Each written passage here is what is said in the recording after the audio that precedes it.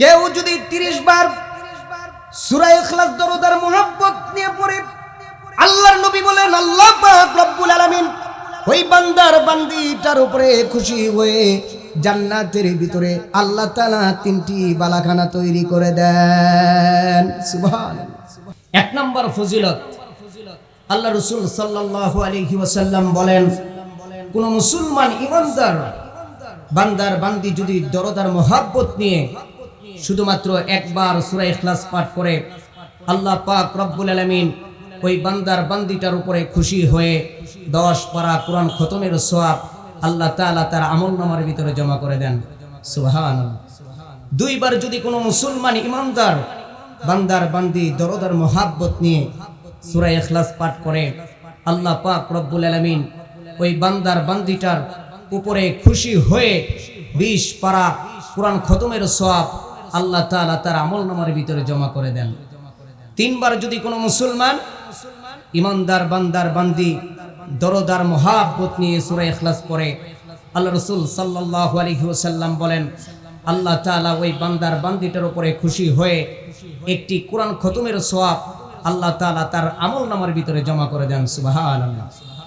2 নম্বর ফজিলত, আল্লাহ রাসূল সাল্লাল্লাহু আলাইহি ওয়াসাল্লাম বলেন, এই পৃথিবীর বুকে অতীতে যত মানুষ এসেছিল আর বর্তমানে যত মানুষ আছে, ভবিষ্যতে যত মানুষ আসবে, চাই তারা মুমিন হোক অথবা কাফের হোক, আল্লাহ রাসূল সাল্লাল্লাহু আলাইহি ওয়াসাল্লাম বলেন, তাদের সংখ্যা যত, একবার যদি কোনো মুসলমান ইমানদার বান্দার বান্দি দরদ আর মুহাব্বত নিয়ে সূরা ইখলাস পড়ে, আল্লাহ পাক রব্বুল আলামিন তাদের আমলনামার ভিতরে নেকি দিবেন তত। সুবহানাল্লাহ। 3 নম্বর ফজিলত, আল্লাহ রাসূল সাল্লাল্লাহু আলাইহি ওয়াসাল্লাম বলেন, আমি যখন মেরাজে গেলাম, মেরাজে যাওয়ার পরে গিয়ে দেখি ঠিক আল্লাহর আরশ আজিমের নিচে একটি ঘর আছে। এই ঘরটির নাম হলো বাইতুল মামুর। ফেরেশতারা বাইতুল মামুর ঘরকে তাওয়াফ করছেন। আমি তাওয়াফকারী ফেরেশতাদের মধ্য থেকে একজনকে ধরলাম। ধরার পরে ফেরেশতাকে আমার কাছে আল্লাহ মানার পরে বললাম, ভাই ফেরেশতা, তোমাদের সংখ্যা কত? ফেরেশতা ডেকে ডেকে বলেন, ইয়া রাসূলুল্লাহ, আমাদের সংখ্যা যে কত এটা আমার জানা নাই, তবে আপনাকে একটা ধারণা আমি দিতে পারি। এই যে বাইতুল মামুর ঘরকে প্রতিনিয়ত নিত্য নতুন 70,000 ফেরেশতারা তাওয়াফ করছেন। যারা একবার তাওয়াফ করেছেন, আল্লাহ তৈরি কিয়ামত কায়েম হয়ে যাবে, তারা কখনো আর তাদের সিরিয়াল আসবে না।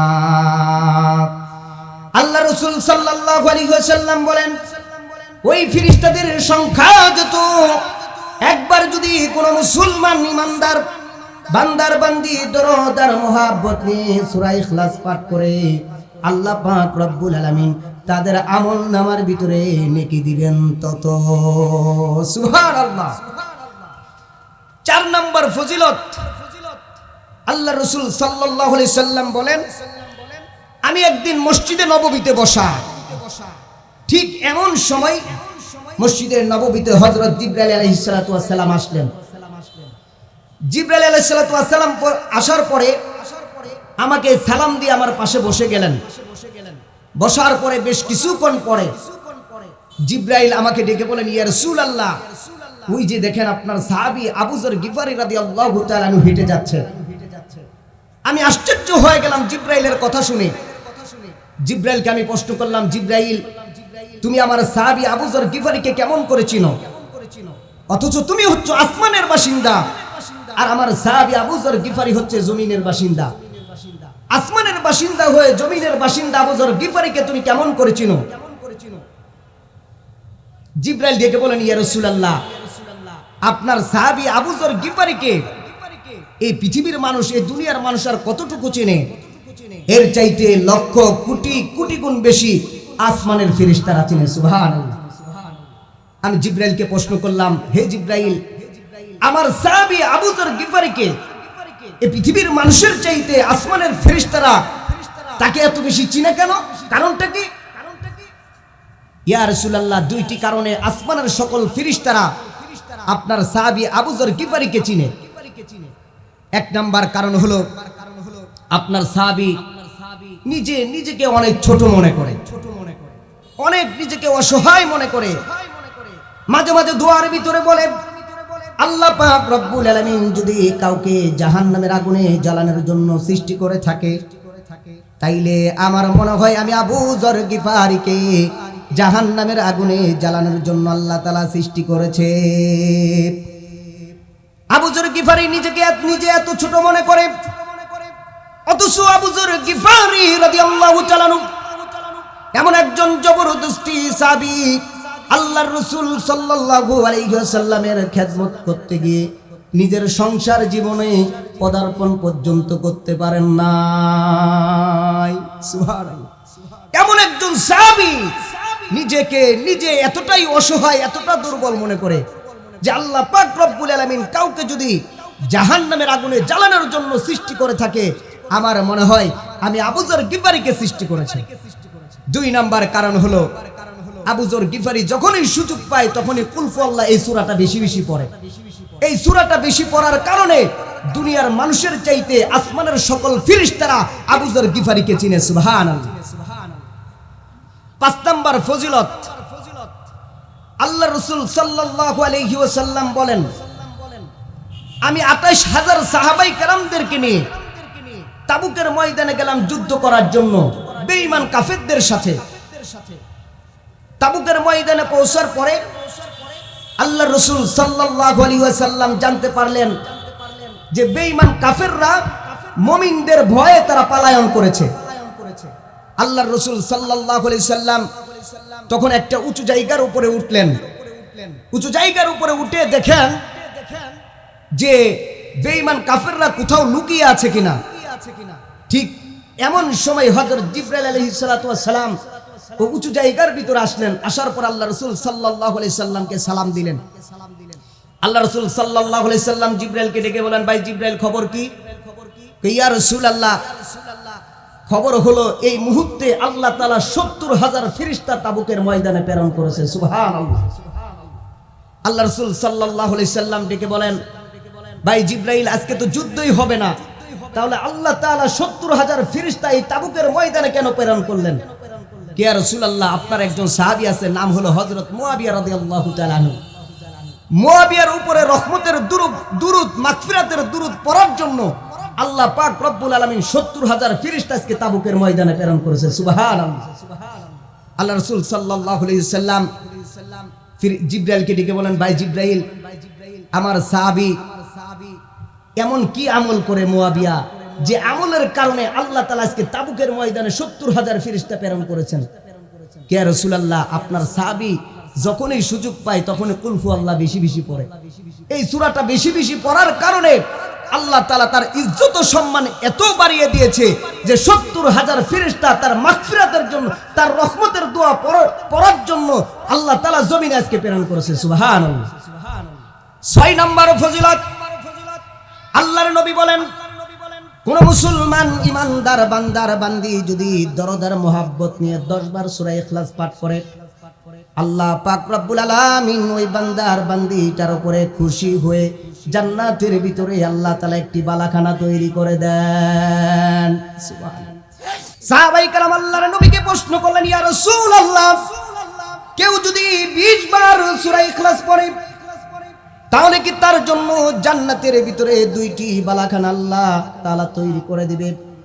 আল্লাহর রাসূল বলেন, হ্যাঁ সাহাবীরা, কেউ যদি 2 বার 10 বা 20 বার দরদার মোহাব্বত নিয়ে সূরা ইখলাস পাঠ করে, আল্লাহ পাক রব্বুল আলামিন ওই বান্দার বান্দিটার উপরে খুশি হয়ে জান্নাতের ভিতরে 2টি বালাখানা তৈরি করে দেয়। সুবহানাল্লাহ। কেউ যদি 30 বার সূরা ইখলাস দরদার মোহাব্বত নিয়ে পড়ে, আল্লাহর নবী বলেন, আল্লাহ পাক রব্বুল আলামিন ওই বান্দার বান্দিটার উপরে খুশি হয়ে জান্নাতের ভিতরে আল্লাহ তাআলা 3টি বালাখানা তৈরি করে দেন। সুবহানাল্লাহ। 7 নম্বর ফজিলত, আল্লাহ রাসূল সাল্লাল্লাহু আলাইহি ওয়াসাল্লামের কাছে একজন গ্রাম্য সাহাবী আসলেন। গ্রাম্য সাহাবী আসার পরে বলেন, ইয়া রাসূলুল্লাহ, সারাটা রাত দিন পরিশ্রম করি, হাড় ভাঙা পরিশ্রম করে অনেক টাকা উপার্জন করি, কিন্তু মাগার কামাইয়ের মধ্যে বরকত পাই না। আমাদের সমাজে এরকম আছে না? অনেক টাকা কামাই করে কিন্তু কামাইয়ের মধ্যে বরকত পায় না। 1 লাখ টাকা কামাই করে, 2 লাখ টাকা কামাই করে, কিন্তু মাস শেষে ঋণ নিয়ে চলতে হয়। এরকম আছে না? আল্লাহ রাসূলকে ডেকে বলেন, ইয়া রাসূলুল্লাহ, অনেক টাকা কামাই করি কিন্তু কামাইয়ের মধ্যে কোনো বরকত পাই না। এমন একটা আমল আমাকে বলে দেন যে আমলটা করলে আমার কামাইয়ের ভিতরে বরকত আসবে। আল্লাহ রাসূল সাল্লাল্লাহু আলাইহি সাল্লাম সাহাবীকে ডাক দিয়ে বলেন, এই সাহাবী, যাও বেশি বেশি করে সূরা ইখলাস পড়বা, দেখবা আল্লাহ তাআলা তোমার কামাইয়ের ভিতরে বরকত দিয়ে দিবে। সম্মানিত উপস্থিতি, বেশ কিছুদিন পরে আল্লাহ রাসূল সাল্লাল্লাহু আলাইহি সাল্লামের সাথে এই সাহাবীর সাক্ষাৎ। আল্লাহ রাসূল সাল্লাল্লাহু আলাইহি ওয়াসাল্লাম সাহাবীকে ডাক দিয়ে বলেন, এই খবর কি? তোমাকে যে একটা আমল দিয়েছিলাম, তুমি আমলটা করেছো? সাহাবী ডাক দিয়ে বলেন, ইয়া রাসূলুল্লাহ, হ্যাঁ, আমলটা আমি করেছি। আল্লাহ তাআলা এই আমল করার কারণে আমার কামাইয়ের ভিতরে এত বরকত আল্লাহ তাআলা দান করেছেন। আমি মাদ্রাসায় খরচ করি, মসজিদে খরচ করি, মার পিছনে খরচ করি, বাবার পিছনে খরচ করি, সন্তানদের পিছনে খরচ করি, কিন্তু মাগার আমার কামাই আর শেষ হয় না, আমার টাকা আর শেষ হয় না। আল্লাহ রাসূল সাল্লাল্লাহু আলাইহি ওয়াসাল্লাম বলেন, সাহাবী শুনে রাখো, তোমাকে যে সূরা ইখলাসের আমলটা দিয়েছিলাম, ওই আমলটা করার কারণে আল্লাহ পাক রব্বুল আলামিন তোমার কামাইয়ের ভিতরে বরকত দিয়েছে। সুবহানাল্লাহ। 8 নাম্বার ফজিলত, আল্লাহ রাসূল সাল্লাল্লাহু আলাইহি ওয়াসাল্লামের কাছে একজন কিছু মুসল্লিরা আসলেন। আসার বলেন, ইয়া রাসূলুল্লাহ, আমাদেরকে একটা ইমাম দেন, ভালো দেখে একটা ইমাম দেন। আল্লাহ রাসূল সাল্লাল্লাহু আলাইহি ওয়াসাল্লাম আব্দুল ইবনে মাসউদ রাদিয়াল্লাহু তাআলা আনহুকে বললেন, একে নিয়ে যান, একে নিয়ে যান, আপনাদের মসজিদের জন্য খুব যোগ্য আলেম, একে নিয়ে যান। আব্দুল ইবনে মাসউদ রাদিয়াল্লাহু তাআলা আনহুকে দিয়ে দিলেন। তিনি ইমামতি করতেছেন। ফজর নামাজেও কুল হু আল্লাহ পড়ে, এশার নামাজেও কুল হু আল্লাহ পড়ে, মাগরিবেও কুল হু আল্লাহ পড়ে। একাধারে কয়দিন যাইতেছে। আচ্ছা, আমি আপনাদের বিবেকের কাছে একটা প্রশ্ন রাখতে চাই। আপনাদের মসজিদের যে ইমাম সাহেব আছে, হে যদি ফজর নামাজেও আপনার কুল হু আল্লাহ পড়ে, মাগরিবেও যদি কুল হু আল্লাহ পড়ে, এশাও যদি কুল হু আল্লাহ পড়ে, একাধারে যদি আপনার কয়েক সপ্তাহ চলে, ইমাম সাহেবের চাকরি থাকবে? জোরে বলেন। ইমাম সাহেবের চাকরি থাকবে না। এখন মুসল্লি যারা আছে, এরা তো সাধারণ গ্রাম্য লোক, এরা মনে মনে চিন্তা করতেছে, ইমাম সাহেব কি আর কোনো সূরা পারে না, খালি কুল হু আল্লাহ দিয়ে চালায়, ব্যাপারটা কি? তারা মনে মনে এটা চিন্তা করতেছে। ফজরেও কুল হু আল্লাহ, মাগরিবেও কুল হু আল্লাহ, এশাতেও কুল হু আল্লাহ, কি শুরু করছে? বেশ কিছুদিন পর আল্লাহ রাসূল সাল্লাল্লাহু আলাইহি সাল্লামের কাছে গেলেন।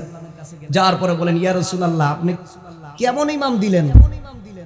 কি ইমাম দিলেন যে ইমাম সাহেব আপনার ফজরেও কুল হু আল্লাহ, মাগরিবেও কুল হু আল্লাহ, এশাতেও কুল হু আল্লাহ, এই সূরা ছাড়া আর নামাজ পড়ায় না? ঠিক এমন সময় আব্দুল ইবনে মাসউদ রাদিয়াল্লাহু তাআলা আনহু আসছেন।